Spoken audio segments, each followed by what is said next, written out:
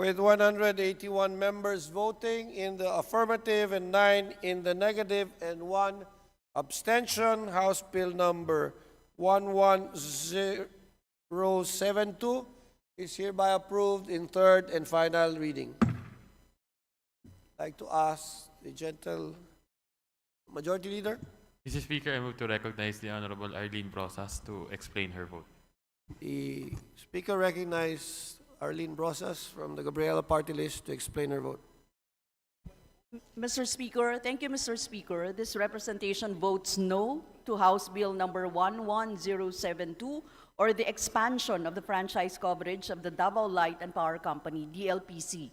The expansion of the Aboitiz-owned Davao Light and Power Company franchise will only lead to further privatization of the electric commerce. Under the bill, existing lines under the Nordeco, an electric cooperative with donated capital from the government for the facilitation of its rural electrification program, will be captured by private corporations such as the DLPC, all in the name of profit.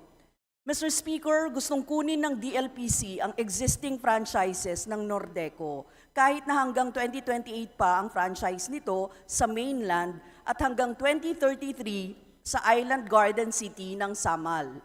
The proposed measure will not deliver the total sitio electrification target for the year 2028, where 80,259 households in 581 far-flung and financially unviable sitios of Davao are yet to be energized through the government sitio electrification program that is currently under the existing franchises of Nordeco. Lahat ng ito habang napakaraming pamilyang Pilipino mula sa kanayunan ang hindi pa rin naaabot ng supply ng kuryente at maaaring lalong hindi masuplayan ng kuryente dahil mababa ang return on investment ng pagkakabit ng linya ng kuryente sa mga lugar na ito para sa DLPC. Sa madaling sabi, hindi prioridad ang pagsusupply ng kuryente sa mga lugar na ito dahil hindi ito profitable para sa mga pribadong korporasyon.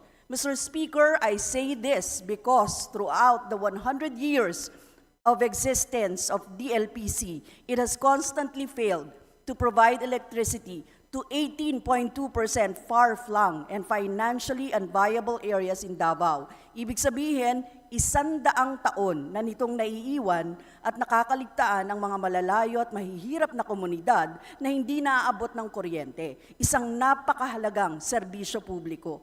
At ang nakababahala pa rito habang nanganganib na lalong maantala ang supply ng kuryente sa mga komunidad na hindi naaabot ng naturang serbisyo, nariyan din ang banta ng pagtaas ng singil sa mga consumer, kung saan ang natitirang 33% sa 10 munisipalidad na nasa ilalim ng kanilang prangkisa ay papasanin ng pagbayad sa stranded cost na nakasaad sa power supply agreements. This only entails, as also determined through the simulation conducted by the Nordeco, that consumers will incur a 10.4409 peso increase kilowatt hour in the cost of power. And this is only on the electric generation alone. Mr. Speaker, sa kabuuan, tumututol tayo sa pagpapalawak ng prangkisa ng Aboitiz-owned Davao Light and Power Company dahil sinasagaan nito ang karapatan ng napakaraming pamilyang Pilipino, higit lalo yung mula sa mga mahihirap at naisasantabing komunidad na matamasa ang napakahalagang serbisyo sa ngalan dahil sa ngalan ng pagnenegosyo. This representation affirms that electric services are social services, and we should denounce any efforts that clearly favors and prioritizes its further privatization. Naway interes ng mamamayan ang ating unahin at hindi ng mayayamang iilan, higit lalo sa usapin ng pagsusupply ng kuryente na napakahalaga sa araw-araw na pag-iral ng napakaraming komunidad ng napakaraming pamilyang Pilipino. Maraming salamat, Mr. Speaker. Thank you, the Congresswoman of the Gabriela Party List, for her explanation of her vote. Majority Leader. Mr. Speaker, I move to recognize the Honorable Franz Castro to explain her vote. The Party List Act, the Honorable Franz Castro is hereby recognized. Thank you, Mr. Speaker. Bumoboto ng no ang representasyong ito mula sa ACT Teachers Party List sa House Bill 11072. Narinig natin sa committee ang mariing oposisyon ng Northern Davao Electric Cooperative Incorporated o Nordeco.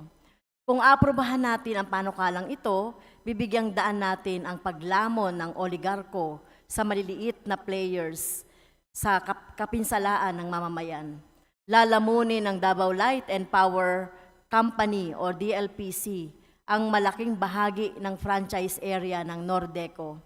May higit na 80,000 residential consumers sa Tagum, Island Garden City of Samal, New Corella, San Isidro, Talaingod at munisipyo ng Maco at ang mga households na narito ay mawawalan ng maasahang kuryente at government subsidy dahil sa bill na ito. Alam naman natin ang privatization na ang mapagkakatiwalaan lamang ito pagdating sa pagtaas ng electricity bill at hindi sa serbisyo.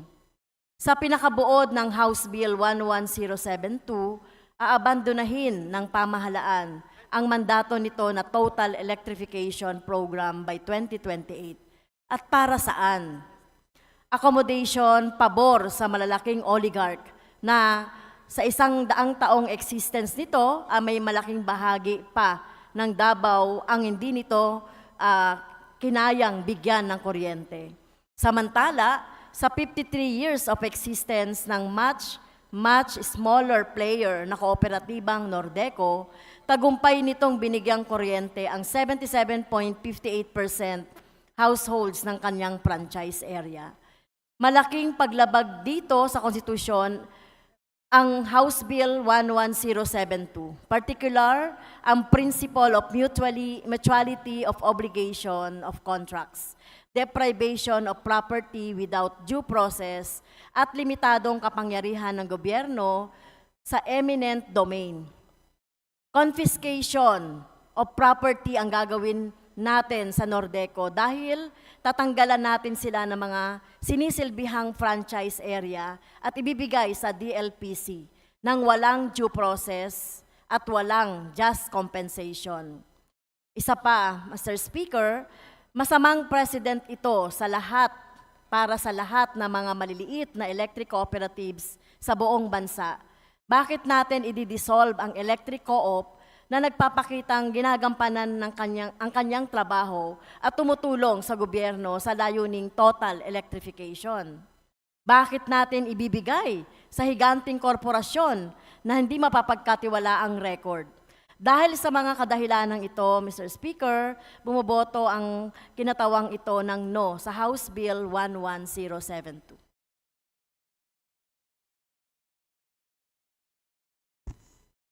Thank you, Congresswoman Franz Castro, for your explanation of your vote. Majority Leader.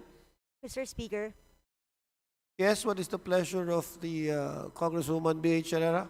Mr. Speaker, I rise on the point of personal and collective privilege. Right? Go ahead. Yes, thank you, Mr. Speaker. Mr. Speaker, gusto ko lang pong magpasalamat sa buong pamunuan ng Department of Foreign Affairs or Philippine Embassy in Rome dahil nung ako po ay naaksidente sa streets of Rome on November 12, 2024, ay nung ako'y dinala ng ambulansya hanggang sa ospital, bawal po ang family member. At wala pong nakakaintindi sa akin kahit isa. Kaya agad-agad nag-text po ako kay Protocol Officer Donna Feliciano Gatmaitan and told her that I needed a translator. And immediately, pinuntahan po ako at may madre pong lumapit sa akin, si Sister Josephine Giganto. And I'd like to put on record my thanks kasi inalagaan po talaga nila ako hanggang sa makalabas po ako ng ospital. At nung lumabas po ako ng ospital, nandoon po si Conjen Randy Arquiza, kasama po si Deputy Chief of Mission Nina Cainglet, at si Rodelyn Ruales, at si Marleth Cruz Siman. Nagulat po talaga ako at I'm very proud to be a Filipino, Mr. Speaker, dahil yung sister po, si Sister Josephine who took care of me, very popular po siya doon sa buong ospital. Lahat ng doktor, niyayakap siya, nagpapasalamat sa kanya, at lahat ng tumulong po sa akin doon ay puro mga Pilipino doon po sa ospital ng Rome. Yun lamang po, Mr. Speaker, and I'd like to also thank Secretary Enrique Manalo through Chief Coordinator Bernadette Fernandez, who all assisted me during those trying times. And I'd like to special thanks also to Ambassador Myla Kahilig ng ang ating Ambassador of the Vatican at kay Vice Consul Sandra Giang, who also made special arrangements para kami po ay makapagmano kay Pope. Yun lamang po, Mr. Speaker. Again, gusto ko pong magpasalamat sa pamunuan ng Department of Foreign Affairs led by Congen Arquiza ng Rome, Italy. Maraming salamat, Mr. Speaker. Thank you, Madam B.H. Herrera, our Congresswoman from Party List BH. And we certainly join you in your, of course, thanking the Department of Foreign Affairs, especially the embassy in Rome, in Italy, for their assistance, not only to you, but to all of our Filipino brethren who are there abroad. Yes, And I hope that you are okay and that you are now smiling and doing well. Still under observation, Mr. Speaker, but again, napakaswerte po ng mga ating kababayan sa Rome dahil we have a very efficient office there. Kaya sana, Mr. Speaker, dagdagan natin yung pondo nila. Maraming salamat, Mr. Speaker. I'm glad. Thank you very much that you're good. Majority Leader. Mr. Speaker, may we acknowledge the guests of Deputy Speaker Yasser Alonto Balindong. They are from the delegation of the Bangsamoro Transition Authority, namely Director Jonaina M. Pacabando, Vincent L. Casil, Hisham Naz Birwar, Lahuddin Abdel Gafur, Maud Al-Khalil Bagabong, Clark Kent Mohado, Norol Haya Haron, Akima Mahmoud, Muhammad Nizair Ahmad. To the guests of the Deputy Speaker Yasser Alonto Balindong, who are from the Bangsamoro Transition Authority, we all welcome you to the House of Representatives.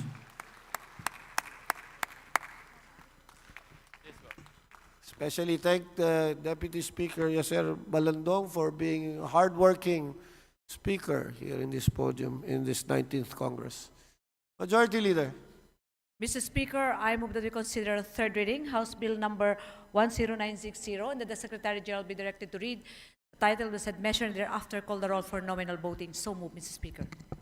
Are there any objection? The chair hears none. The secretary is hereby ordered to read the House Bill number 10960 and thereafter call for a normal voting.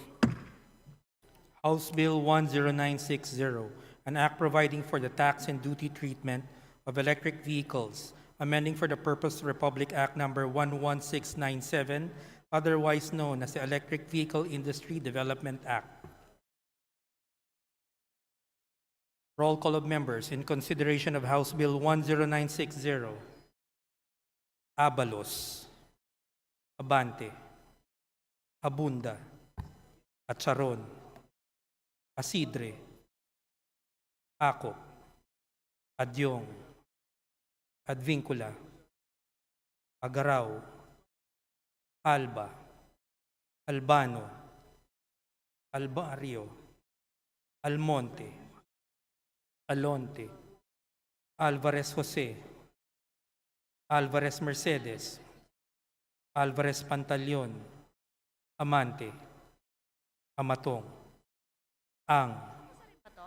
Angara, Aquino, Aquino Magsaysay, Arbison, Arenas, Arrogancia, Asistio, Ataide, Amentado, Balindong, Barba, Barbers, Baronda, Baskug, Bautista, Bautista Lim, Bernos, Billones, Biron, Ulilia, Bondok, Bongalon, Bordado, Bosita, Briones, Brosas, Buhain, Bulot Begtang, Bustos, Cabredo, Cagas,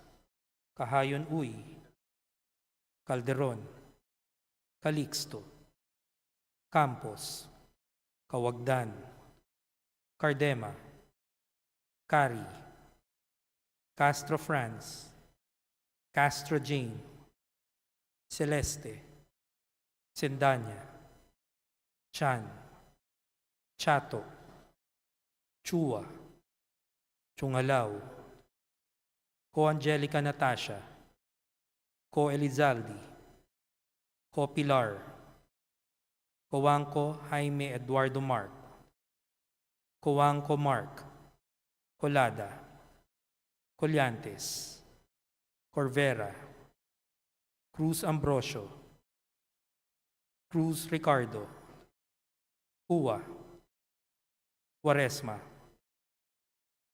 Dagoo, Dalipe, Dalog, Dayanghirang, Daza, De Jesus, De Venecia, Defensor, Del Mar, De Los Santos, Dimaporo Muhammad Khalid, Dimaporo City Amina, Dionisio, Domingo, Duavit, Duhali, Duterte, D. Faustino Ino, D. Faustino Michael Carlos, D. Ian Paul, Ecleo, Emano, Enverga, Escudero, Espares, Espina, Estrella, Yudela, Pariñas,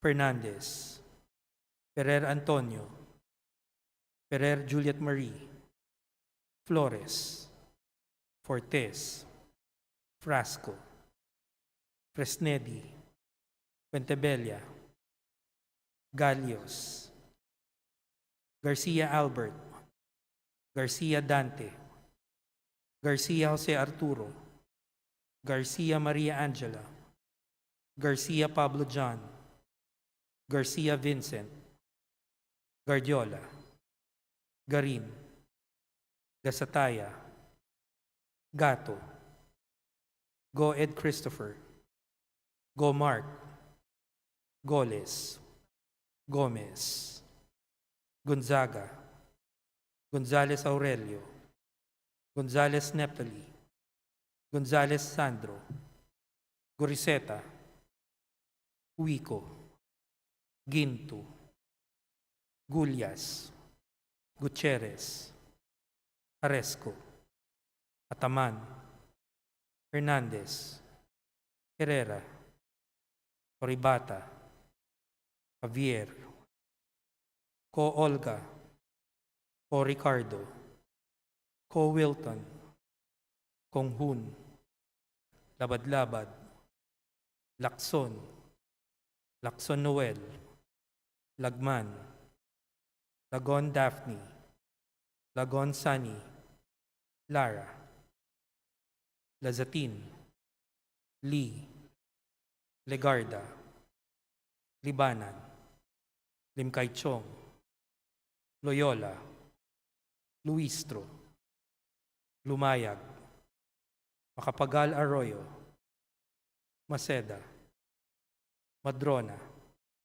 Magsino, Malapitan, Mangawang, Manikis, Manuel, Mr. Speaker, What is the pleasure of the congressman from the Kabataan Party List? my vote for the bill is no, and I would like to explain my vote later. Thank you. Thank you. Noted. Marañon, Marcoleta, Marcos, Mariano Hernandez, Marino, Marquez, Martinez, Mastura, Matibag, Matugas, Mendoza, Mercado, Mercado Revilla, Miguel, Momo, Morden, Nava, Nisay, Nograles, Nograles Almario, Nolasco, Ominal, Olaso, Olivares, Ongchuan, Ordanes, Ortega, Owano Dizon, Padiernos, Paduano, Paglas, Palma, Panaligan, Pancho, Panotes, Pascual, Peña, Pimentel, Plaza, Pleito, Primisiasa Gabas, Umaren, Puno, Kimbo, Rama, Rehencia, Remulla, Revilla Brian, Revilla Ramon Jolo, Reyes, Rillo, Rivera, Robes, Rodriguez Eulogio, Rodriguez Rufus, Roman, Romero, Romualdez Ferdinand Martin, Romualdez Sieda Marie, Romualdo, Romulo, Roque, Sakdalan, Sagarbaria, Sakaluran, Salceda, Sali, Salimbangon, Salo, Santos, Saulog, Silverio, Singson Richelle, Singson Ronald, Singson Mihan, Solon, Suwan,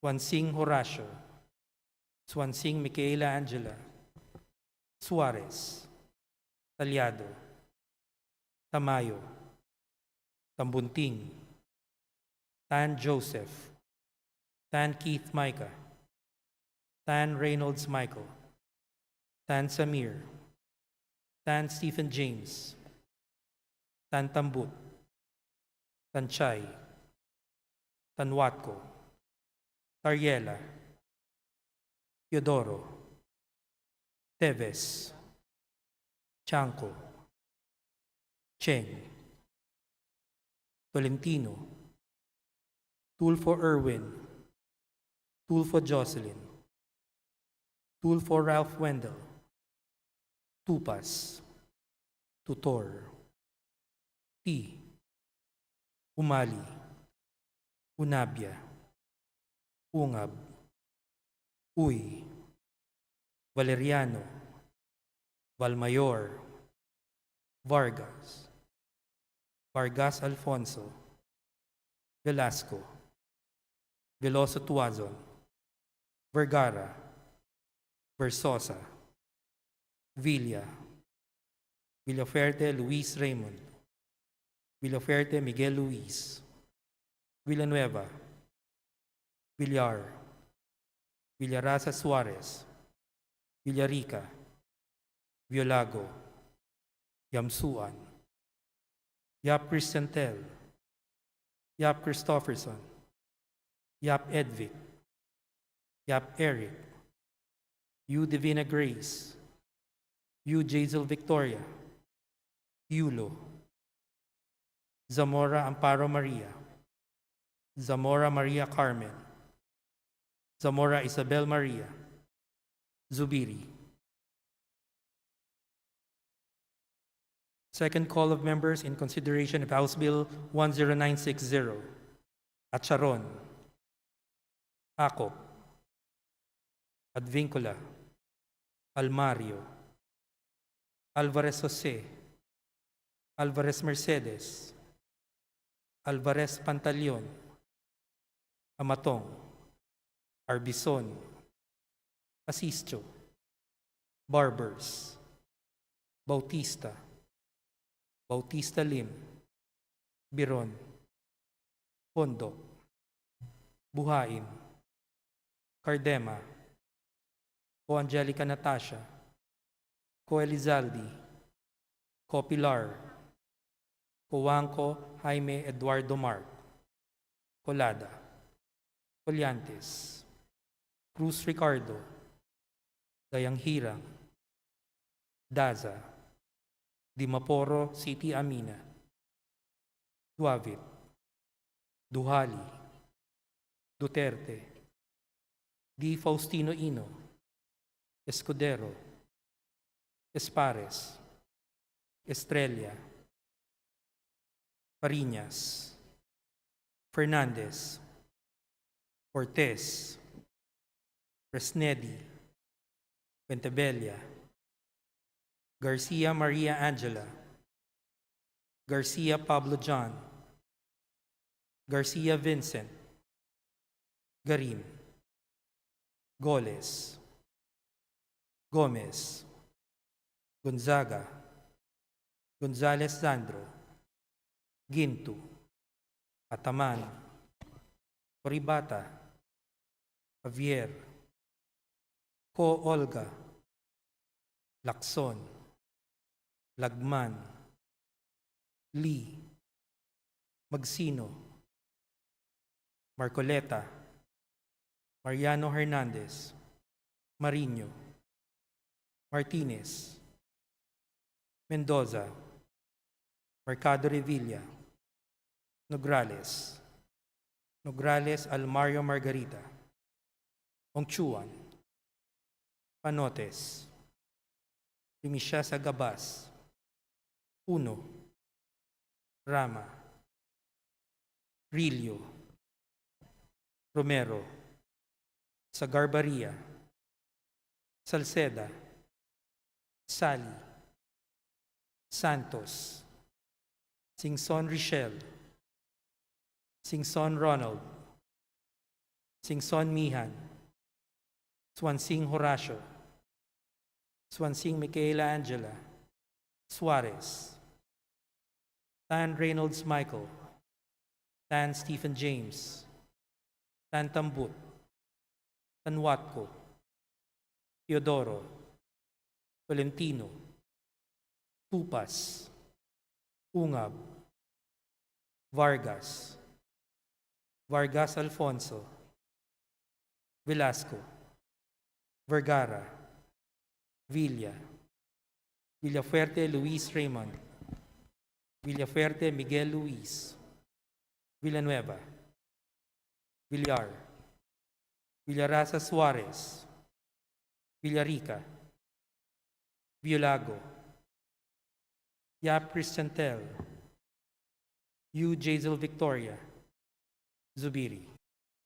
With 196 members voting in the affirmative and 3 in the negative and 1 abstention, House Bill number 10960 is hereby approved in third and final reading. The Majority Leader is hereby recognized. Mr. Speaker, I move that we recognize the Honorable Raul Manuel for the explanation of his vote. The Honorable Kabataan Party List Raul Manuel is hereby recognized to explain his vote. Go ahead, sir. Salamat, Mr. Speaker. Bumoboto tayo ng no sa panukalang batas 10960 dahil una, it is ironic and contrary to the title of the law that it seeks to amend, which is the Electric Vehicle Industry Development Act. Bubuksan lalo ang ating bansa bilang merkado ng electric vehicles mula sa ibang mga bansa. At pwede tayong gawing tambakan ng surplus at paglulumaang models ng foreign vehicle manufacturing corporations na nakikinabang din naman sa mga mineral at hilaw na materyales mula dito sa atin sa Pilipinas. Tanyag yung ating bansa bilang pinagkukunan ng ganitong mga raw materials, pero lagi tayong talo when it comes to the value of the final products na mas mataas dahil ito ay dumaan na sa iba't ibang bahagi ng global value chain na ang mga korporasyon na ito ay nakabatay lalo doon sa mga mas makapangyarihang bansa. Pangalawa, Mr. Speaker, it relies on the same old strategy ng pagpapababa o yung pagtanggal mismo ng taripa sa mga imported na produkto. Wala rin namang konkreto at seryosong plano para itindig ang sariling pambansang industriya na siyang maglilikha ng mga kinakailangang sasakyan para sa pangmasa at maaasahang transport system at siyang maglilikha sana ng trabaho dito sa ating bansa para sa mga inhenyero, siyentista at iba pang profesional at manual workers. Pangatlo, Mr. Speaker, we recognize that the underlying issues that this bill seeks to resolve, for example, itong climate change at yung transport system, ito ay mareresolba using an alternative framework na hindi sinasang-ayunan ng panukalang batas 10960. Ang ating alternative, Mr. Speaker, kung sa usapin ng ating coordinated response sa climate change at pagpapabuti ng ating transport system, kasama po dapat dyan ang ating pagdevelop na ating local renewable energy sources at ang pagkakaroon ng isang pro-people mining industry. Ibig sabihin nito, tayo ang pangunahing nakikinabang doon sa mga rekurso na nasa ating bansa. Kaugnay nito, Mr. Speaker, ay ang pagtahak natin ng national industrialization at ang pagsuporta sa mga lokal na mga vehicle manufacturers. At pangatlo ay ang pro-people urban planning. Kasama rito ang isang accessible and efficient public transport system. Yun lamang, Mr. Speaker. Maraming salamat. Thank you very much for your explanation of the vote. Congressman Raul Manuel of the Kabataan Party List. Majority Leader. Mr. Speaker, I move that we recognize the esteemed guests of the Honorable Edibong G. Plaza of the 2nd District of Agusan del Sur, from the Provincial Government of Agusan del Sur, Provincial Governor Santiago B. Kane Jr., Engineer Linda Bukir, Almayra Salinas, Neptali Morgado, Rodel Maglungsod, Armando Gomez, Prospero Jean De La Peña Jr., Rex Mel Acedillo, Maria Jennifer M. Tono, Attorney Lizette K. Estiliore, Razel Montemor, Joy Lagat, Jacqueline Frances Momville, Jeronimo Porlares Jr., Jeda Ross Simugan, Abigail Maandig, Runolfo Paler, Josephine Ambongan, Merlin Lozano, Dana Rofaline Bukir, and Alvin Elorde, Mr. Speaker. So moved.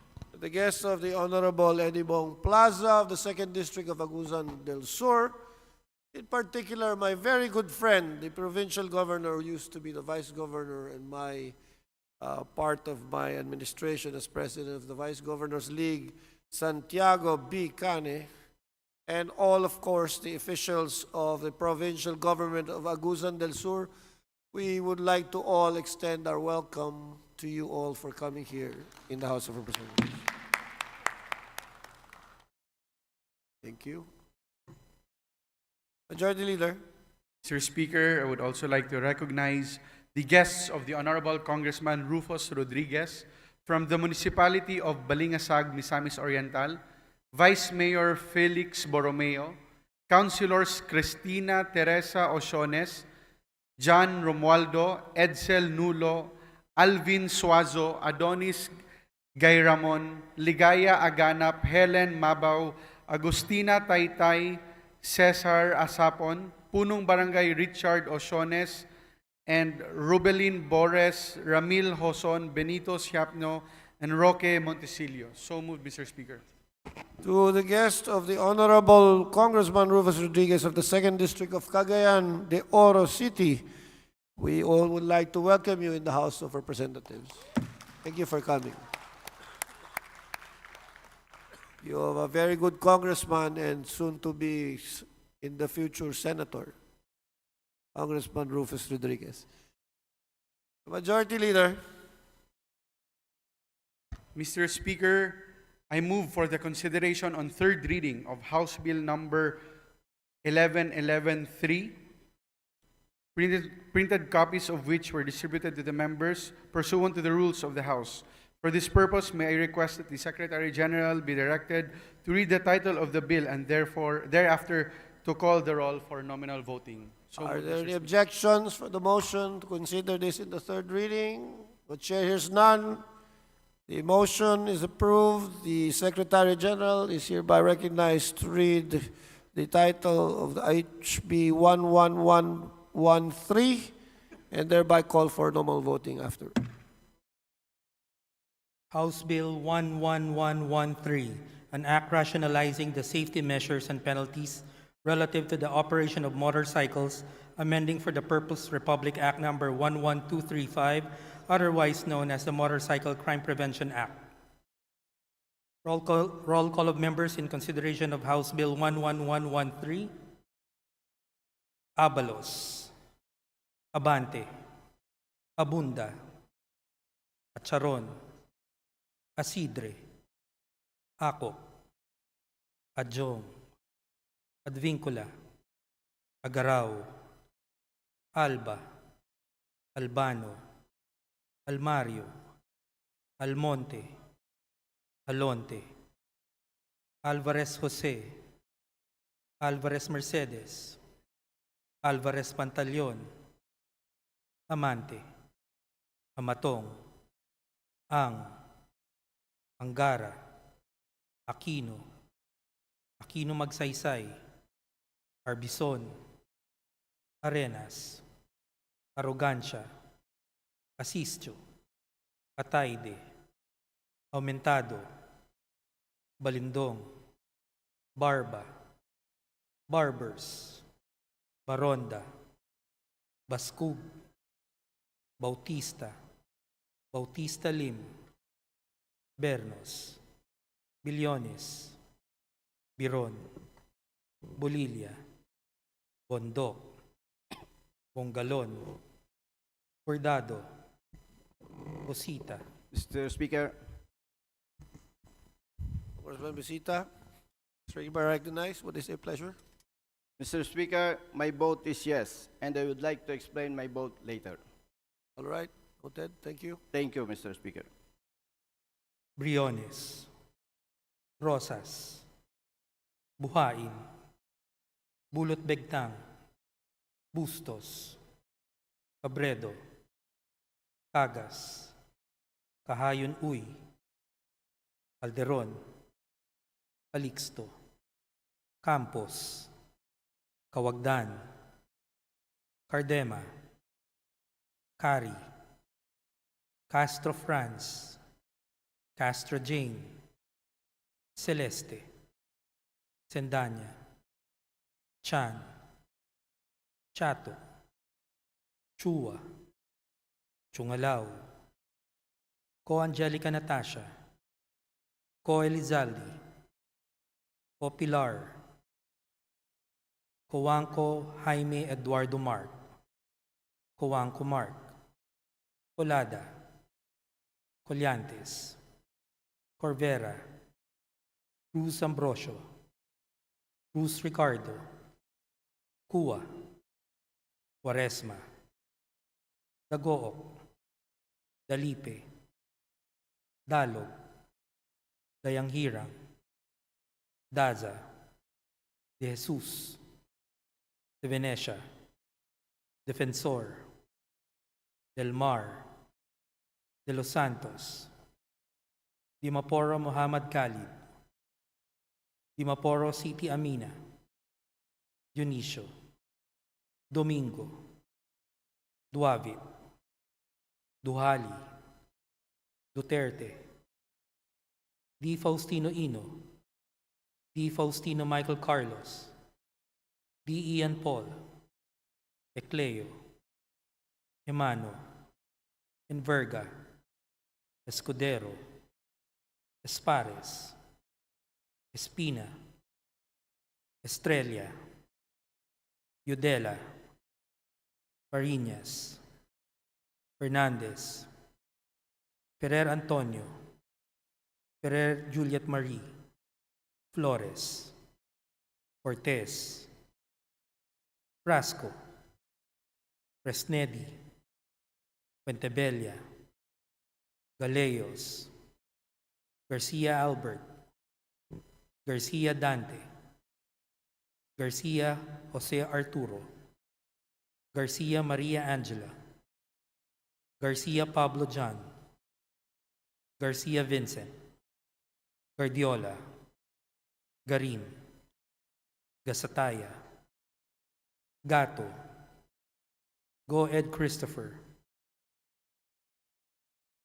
Go Mark, Goles, Gomez, Gonzaga, Gonzales Aurelio, Gonzales Neptali, Gonzales Sandro, Goriseta, Huico, Ginto, Gulyas, Gutierrez, Mr. Speaker, What is the pleasure of the One Rider Party List, Ramon Rodrigo Gutierrez? Mr. Speaker, this representation's vote is yes, but I would like to explain my vote at the proper time. Thank you. Noted. Proceed.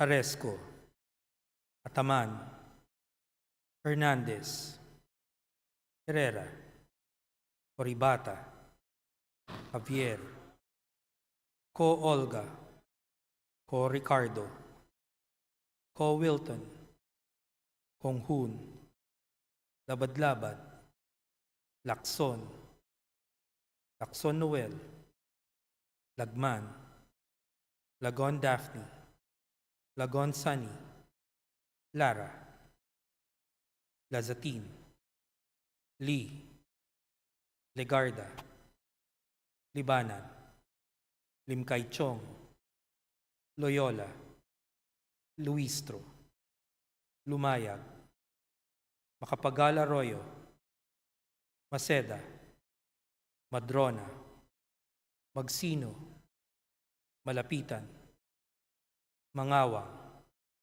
Manikis, Manuel, Marañon, Marcoleta, Marcos, Mariano Hernandez, Mariño, Marquez, Martinez, Mastura, Matibag, Matugas, Mendoza, Mercado, Mercado Revilla, Miguel, Momo, Morden, Nava, Nisay, Nograles, Nograles Almario, Nolasco, Ominal, Olaso, Olivares, Ongchuan, Ordanes, Ortega, Juano Dizon, Padiernos,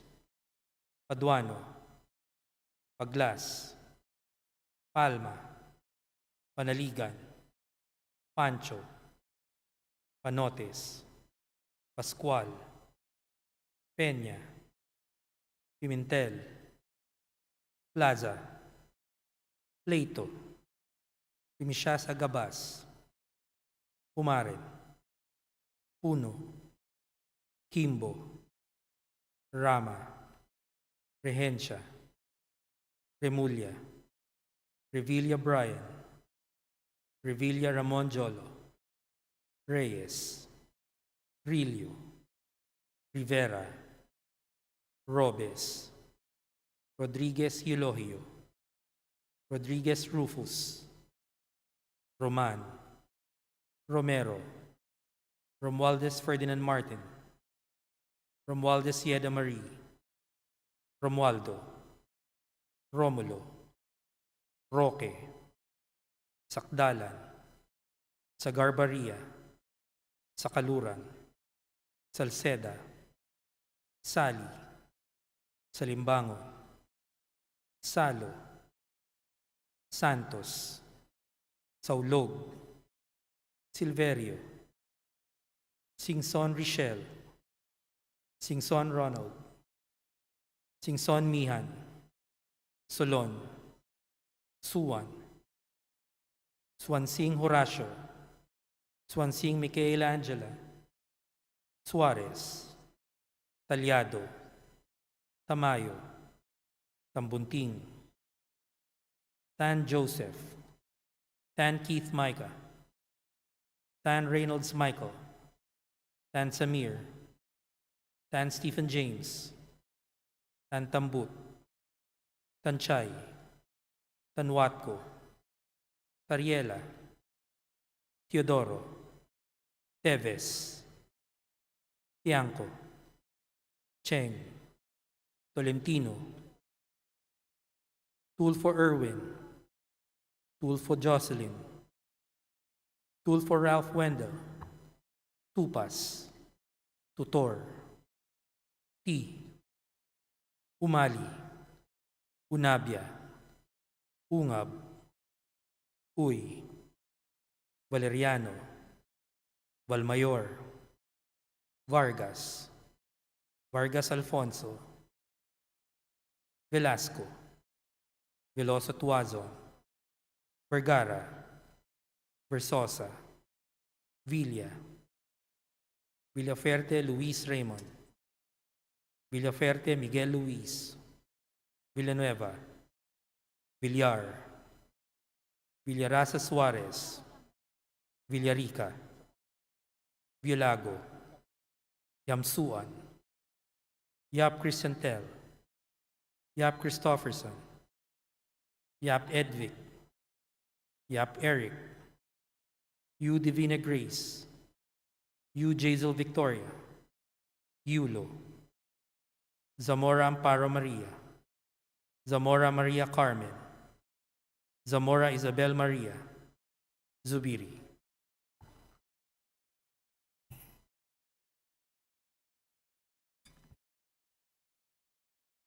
Second call of members in consideration of House Bill 11113, Acop, Advincula, Almario, Alvarez Jose, Alvarez Mercedes, Alvarez Pantaleon, Amatong, Arbison, Barbers, Bautista, Bautista Lim, Biron, Bondok, Buhain, Cardema, Ko Angelica Natasha, Ko Elizalde, Ko Pilar, Coanco Jaime Eduardo Mark, Colada, Colyantes, Cruz Ricardo, Dayang Hirang, Daza, Dimaporo City Amina,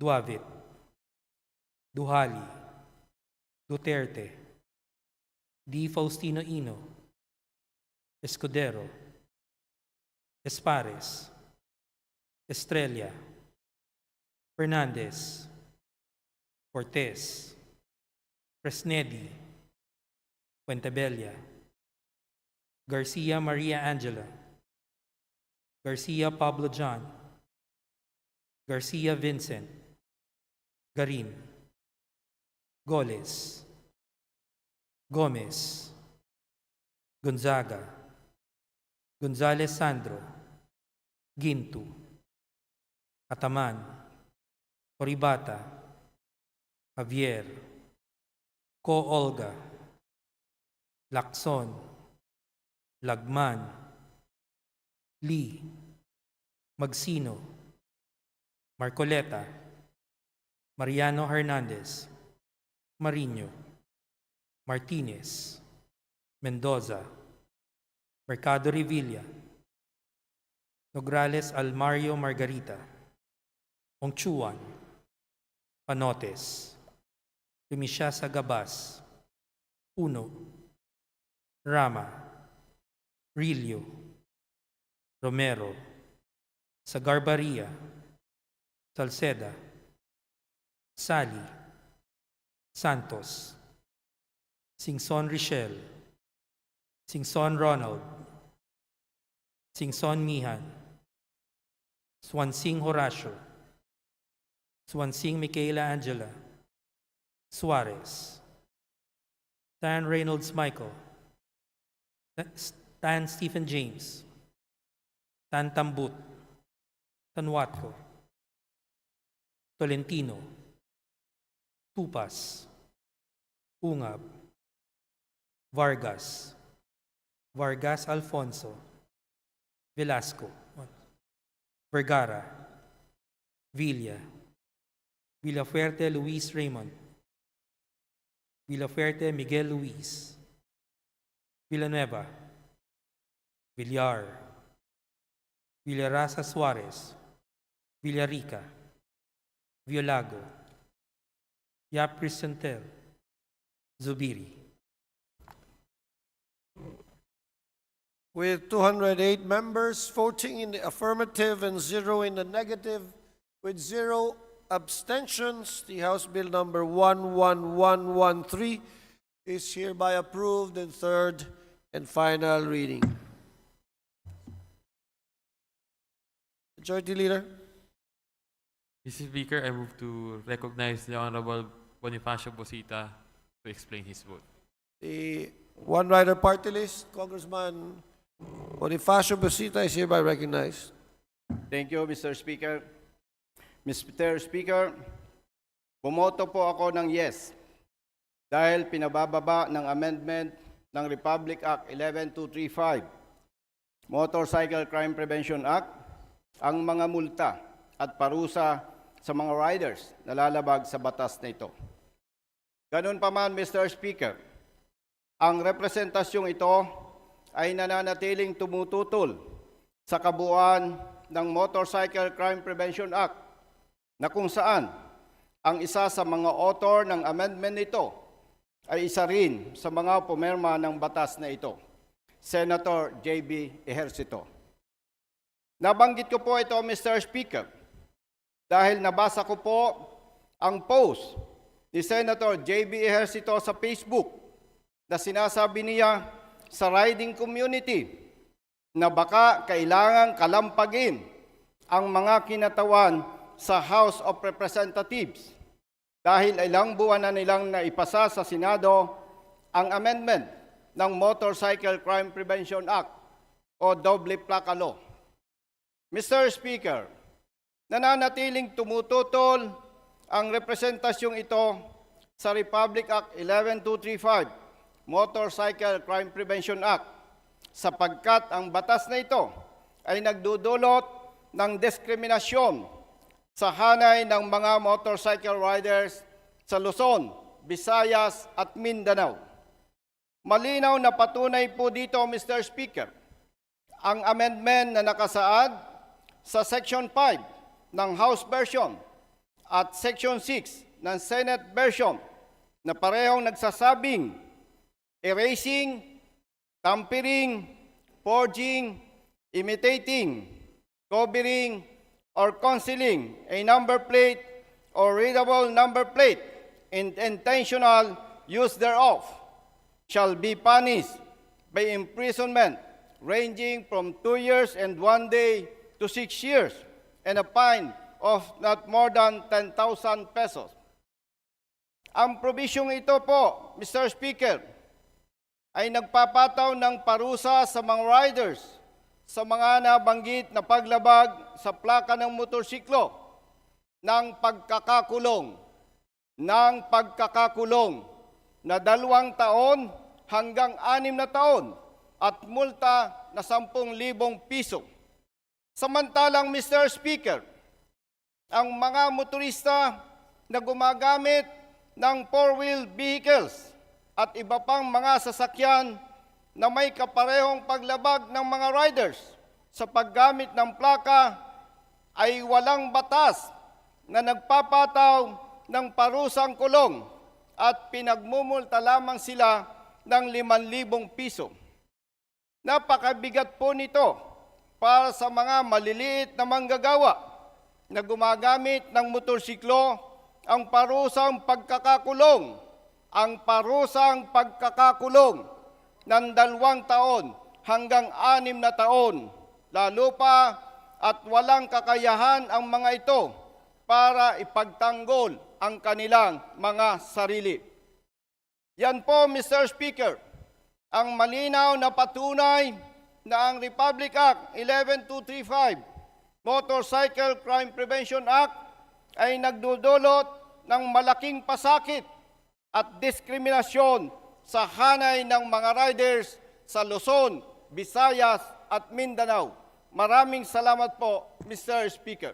Thank you very much, Congressman Busita. Majority Leader. Mr. Speaker, I move to recognize the Honorable Ramon Rodrigo Gutierrez to explain his vote. The One Rider Party List again. First nominee Ramon Rodrigo Gutierrez is hereby recognized. You have a few minutes, sir. Go ahead. Thank you, Mr. Speaker. Mr. Speaker, this representation's vote is yes, but with qualifications. Republic Act 11235, or the Motorcycle Crime Prevention Act, is a flawed piece of legislation, most respectfully. It suffers issues of excessive penalties, discriminatory policies, and impractical, if not borderline impossible expectations. The fact that half a decade later, it could not be implemented by our agency speaks volumes of its controversy. House Bill 1113 is a step in the right direction with its amendments. However, we feel that it is not enough.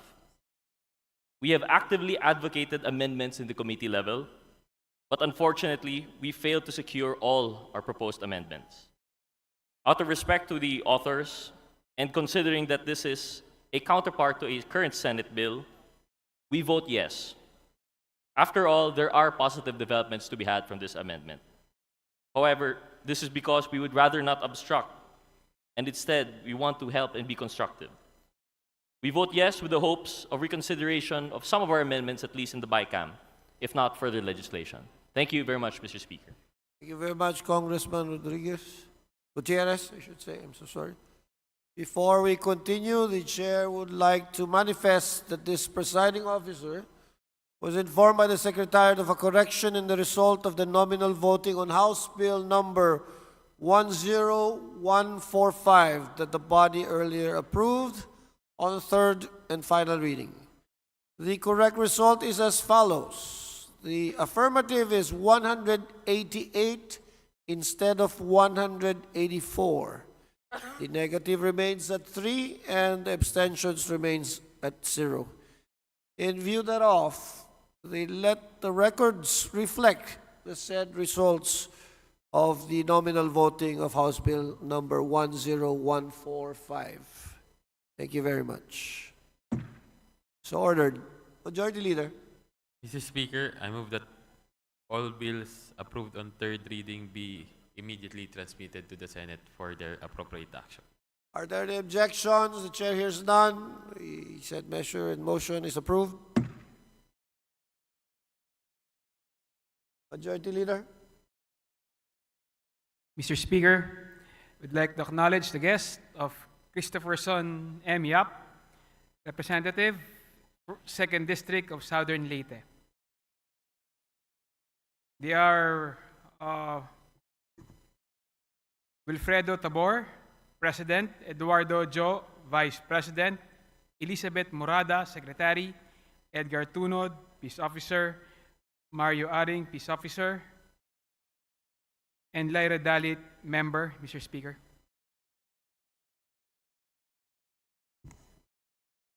All right. The guest of the 2nd District, Representatives of Southern Leyte, Christopher Coco M. Yap. To all the visitors from San Francisco, Southern Leyte, we welcome you to the House of Representatives. Thank you for coming. Majority Leader. Speaker, with leave of the House, I move that we open the privilege hour. Sorry, I cannot hear you. Mr. Speaker, with leave of the House, I move that we open the period of privilege hour. Is there any objection? Hearing none, the privilege hour is hereby open. Majority Leader. Mr. Speaker, I move that we recognize Honorable Jervel Jinky Beatrix R. Luistro to avail of the privilege hour. The Congresswoman from Batangas, the Honorable Jinky Luistro, whom I very much admire, is hereby recognized.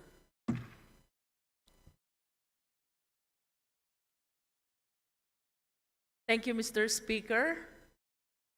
I stand before you today to address matters of utmost importance that touches the integrity and accountability of our public financial system, the need to establish clear and stringent standards for the regulation of special disbursing officers, and the need for a law that clearly defines confidential funds, prescribing stricter requirements and guidelines in the utilization thereof.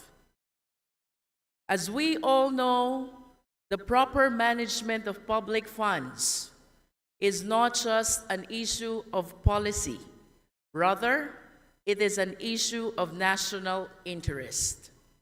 Ang bawat piso po ay nanggagaling mula sa pinaghirapan at pinagpaguran ng mamamayang Pilipino. Bilang mga miyembro ng labing-siyam na Kongreso ng Pilipinas, kinakailangan po nating masiguro na ang public funds, including confidential funds, ay ginagastos ng ayon sa batas. This statement, Mr. Chair, may be anchored with Article 11, Section 1 of the 1987 Constitution, which mandates that public office is a public trust. On the other hand, Mr. Speaker, confidential funds have historically served as an essential instrument for the government in addressing matters that necessitate discretion, secrecy, and security. Such funds are imperative to ensure that the government possesses the necessary resources to protect the nation, safeguard its citizens, and preserve public order in the circumstances that demand confidentiality. However, Mr. Speaker, esteemed colleagues, while the importance of confidential funds is indisputable, we must also recognize the need to strike a delicate balance, one that maintains the integrity of our public financial system while safeguarding the people's trust in the government. These funds, by their very nature, are subject to strict scrutiny and concern. Our legal system enshrines the principle that procedural laws must align with substantive law, ensuring that rules are applied consistently with the fundamental objectives and values of our legal framework. However, there is currently no specific substantive law governing the creation, allocation, and use of confidential funds. Instead, Mr. Speaker, we rely on Joint Circular number 2015-01 issued by the Commission on Audit, which, while providing guidelines, is merely a procedural measure. It has become a common practice to allocate these funds, yet no substantive law clearly defines their scope or purpose.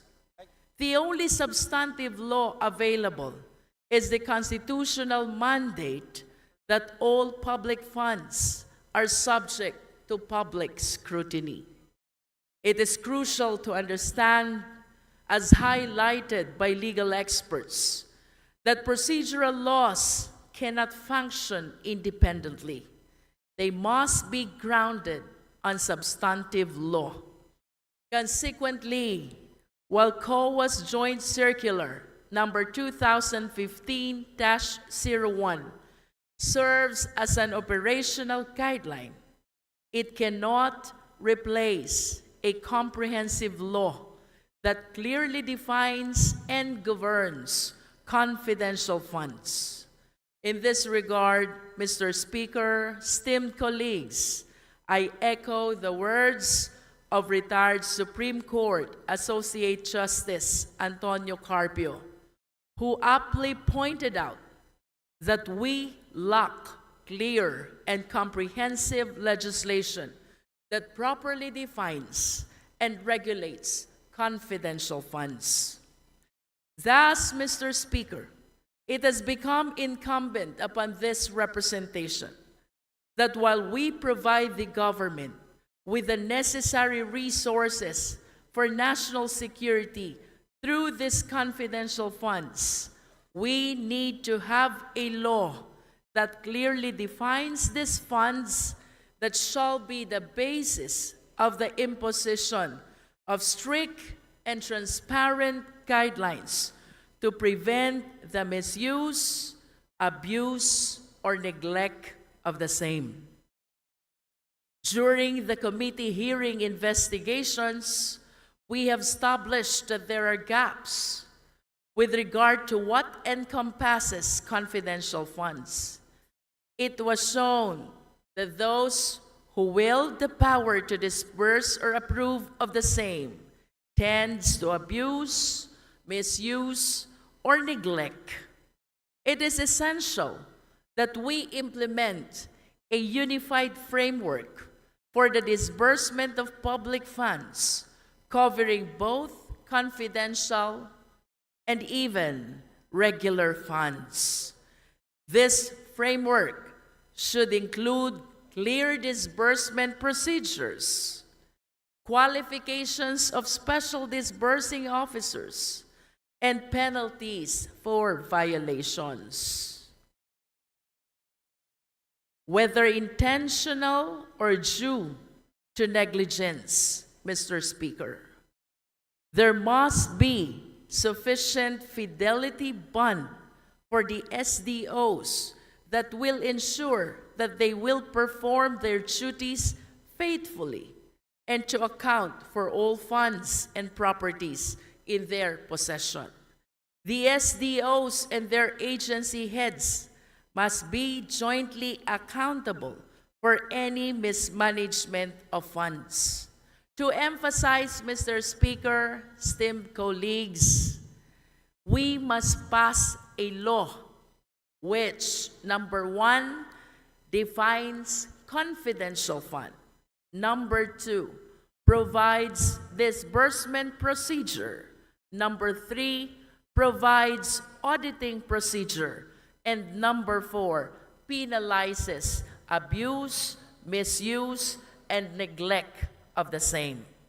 Equally important, Mr. Speaker, we must pass a law which, number one, upgrades the qualification of special disbursing officer. He or she must be a career official.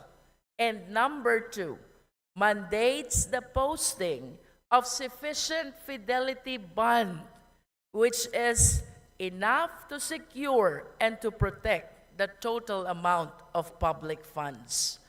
Mr. Speaker, this power clearly rests with us, the Congress of the Philippines. It is incumbent upon this body to exercise its legislative authority to craft a law that will not only recognize confidential funds, but also set clear standards for their use, allocation, and even oversight. As lawmakers, it is our duty to ensure that these funds are utilized in a manner that is consistent with the public's interest and transparent to the extent possible without compromising the sensitivity of their intended purpose. In closing, Mr. Speaker, let us act urgently to implement the necessary legal chances that will safeguard public funds and ensure the government's confidential operations are effective, transparent, and accountable. Strengthening our financial systems will protect the public's hard-earned money and help build a more transparent and efficient government for the Filipino people. Mr. Speaker, this privileged speech is being delivered by this representation in anticipation of the bills on confidential fund and special disbursing officer, which will soon be filed by the Committee on Good Government. Thank you, Mr. Speaker. Thank you, Congresswoman Luistro. And as a side note, this representation, Congresswoman Luistro would like to be a co-author of the bills and measures that will be filed by your committee. Thank you very much for the privileged speech. Majority Leader.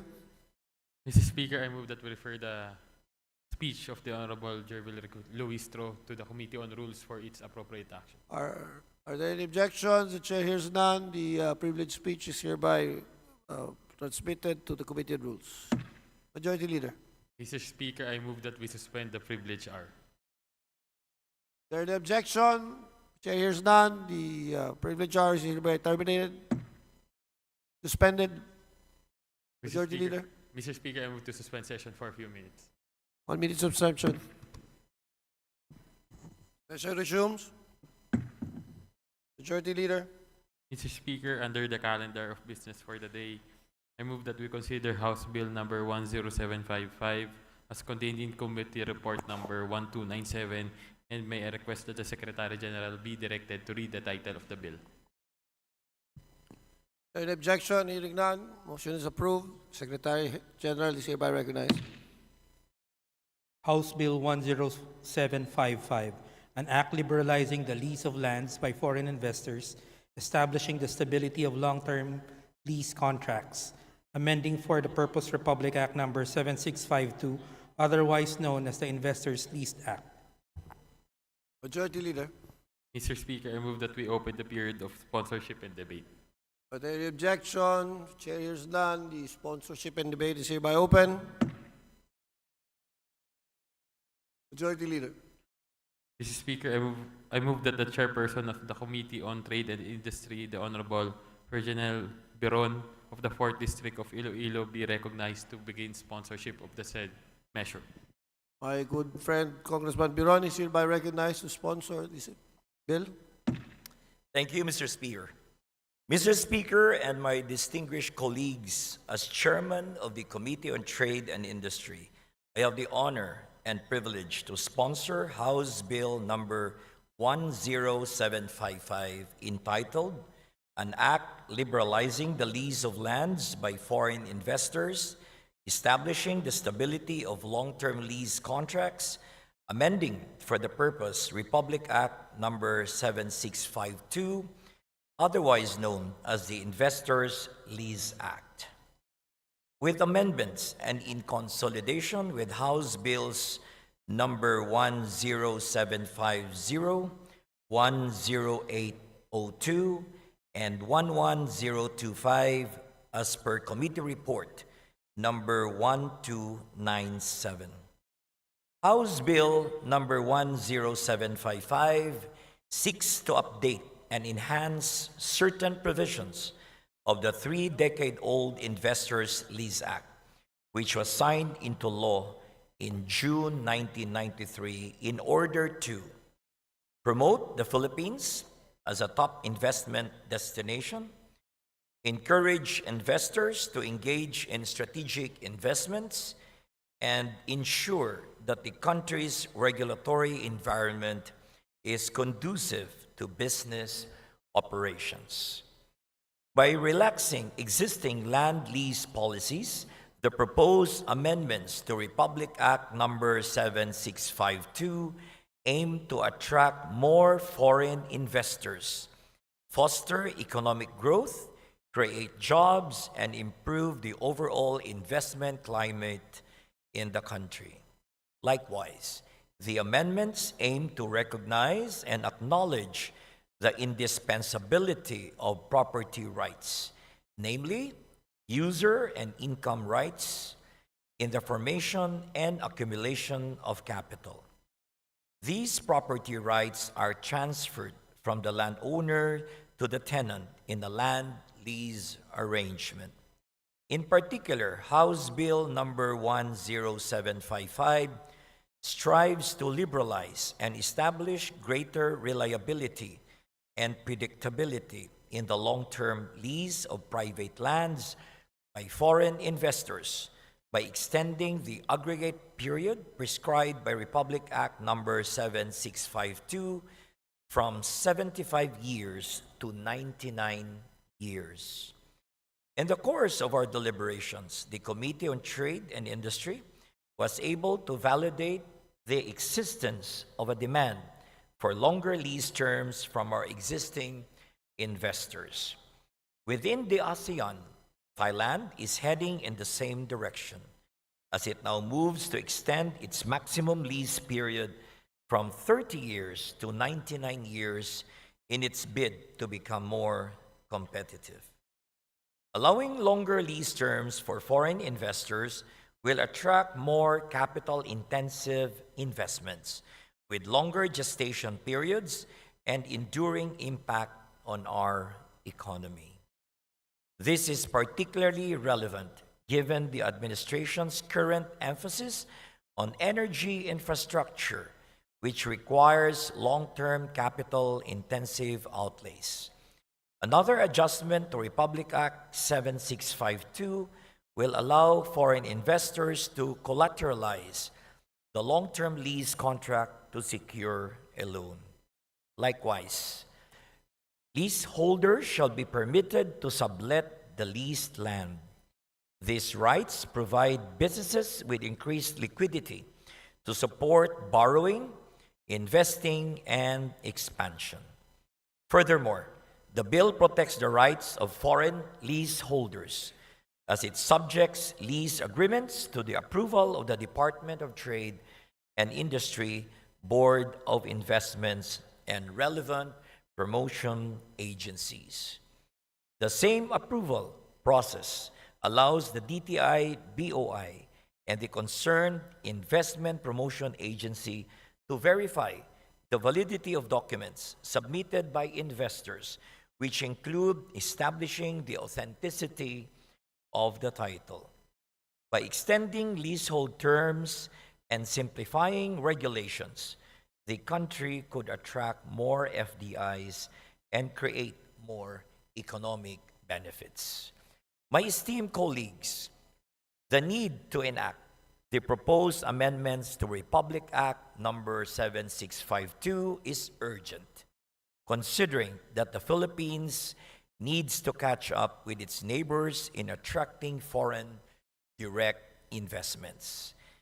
In the last 10 years, and with the escalating level of competition for external capital, our country has not been able to generate as much FDIs compared to our neighbors. While Indonesia registered an average of 19.4 billion US dollars and Vietnam wound up with 14.7 billion US dollars, the Philippines recorded only 8.6 billion US dollars in foreign direct investments. Furthermore, we need more capital inflows because our economy has not been growing at a pace that would generate enough revenues to fund our infrastructure and basic services. At 4.8%, our average GDP growth from 2014 to 2023 has been doing well. However, comparative data suggests that our economy could still do better, given that Vietnam grew by 6.1%. Mr. Speaker, my dear colleagues, in the light of the foregoing, I humbly submit House Bill number 10755 for the immediate consideration and approval by this august chamber. Thank you, Mr. Speaker. Thank you from the congressman from the 4th District of Iloilo, the Congresswoman Honorable Ferdinand G. Biron, for his sponsorship of House Bill 10755. Majority Leader. Mr. Speaker, I move to suspend session for a few minutes. 1 minute suspension.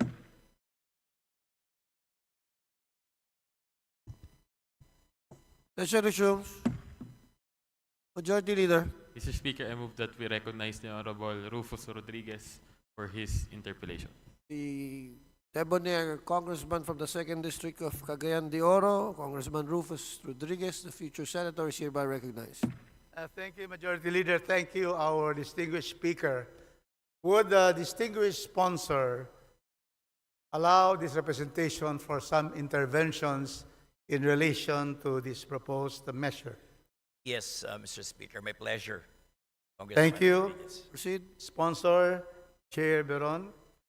First, would you agree that the Congress, the House of Representatives, have passed bills and resolutions to amend the economic provisions of our 1987 Constitution. Yes, Mr. Speaker. And don't you also agree that all of this resolution and this bill that would propose amendments to the economic provisions of the Constitution have not been acted upon by the Senate? Do you agree with that? I agree, Mr. Speaker. So in view of the inaction of the Senate of the Republic of the Philippines, would you agree that this certainly will be the best alternative measure to be able to invite more foreign investments in our country? Yes, Mr. Speaker, considering that the Senate has not acted on any of our measures, this is the best compromise that we can offer to the Filipino people.